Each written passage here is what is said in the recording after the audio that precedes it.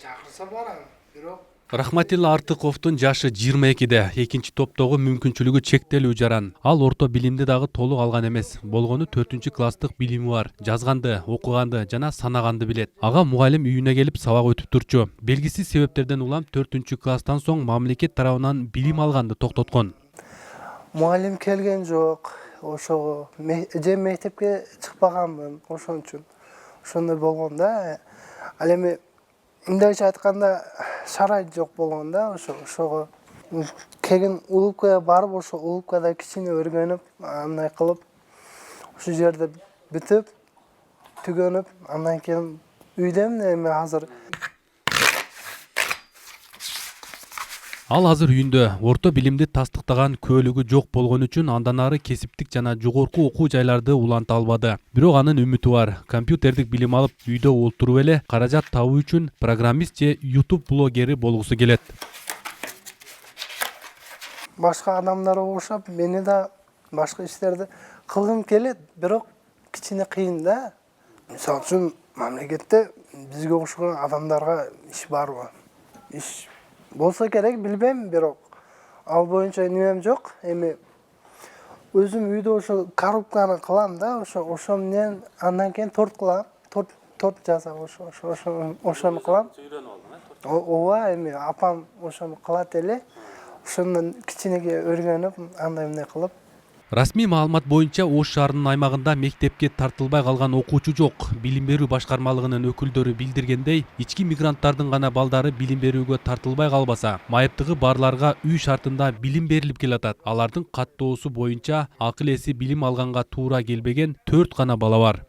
Инклюзив билим берүү дегенде айрым майыптыгы бар балдар бас алса, жаз алса барып туруп окуй беришет. Ал эми бизде 108ден 112ге чейин балдар үйүндө окутулат. Булар мектепке басып келе албайт өз алдынча. Андан кийин ДЦП. Булар ДЦП балдарды да биз окутабыз. Буларды вспомогательный программа, көмөкчү программа менен окушат булар.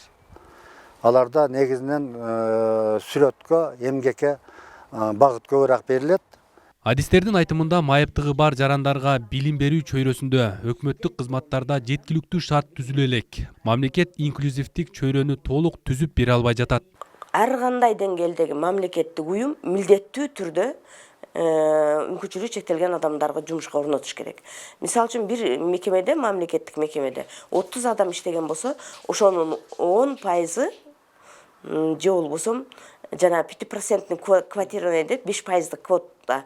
Ошол 5% квота камсыз болуш керек. Мисалы үчүн бизде 10 адам иштеген мекемеде бир дагы адам жок болуп калган учурлар болот да. Бул боюнча ар бир мамлекеттик структурага мыйзам боюнча милдеттер жүктөлгөн.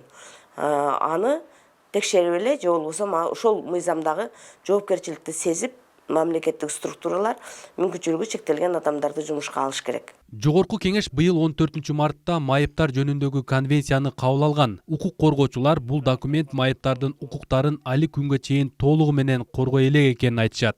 Анткени документти реализациялоо үчүн 75ден ашуун укуктук нормативдик актылар кайра каралып чыгышы керек жана миллиондогон каражаттар керек. Азырынча жогорку кеңеш буларды аткарууга аракет кыла элек. Арген Нуров, Кудайберди Дыйканов, ТМЖ жаңылыктары.